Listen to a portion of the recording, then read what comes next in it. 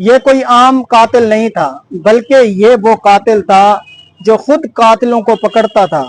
ये वो शख्स था जो डीएसपी के ओहदे पर फायज था।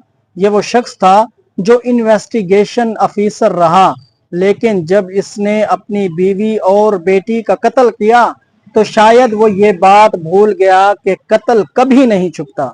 उसने अपनी बीवी और बेटी का कत्ल तो कर दिया, हालांकि उसे तमाम चीजों का पता था। इन्वेस्टिगेशन ऑफिसर रहा, उसे पता था कि ये खामियां कातिल के अंदर होती हैं, लेकिन उसके बावजूद शायद वो ये भूल गया कि कत्ल कभी नहीं छुपता।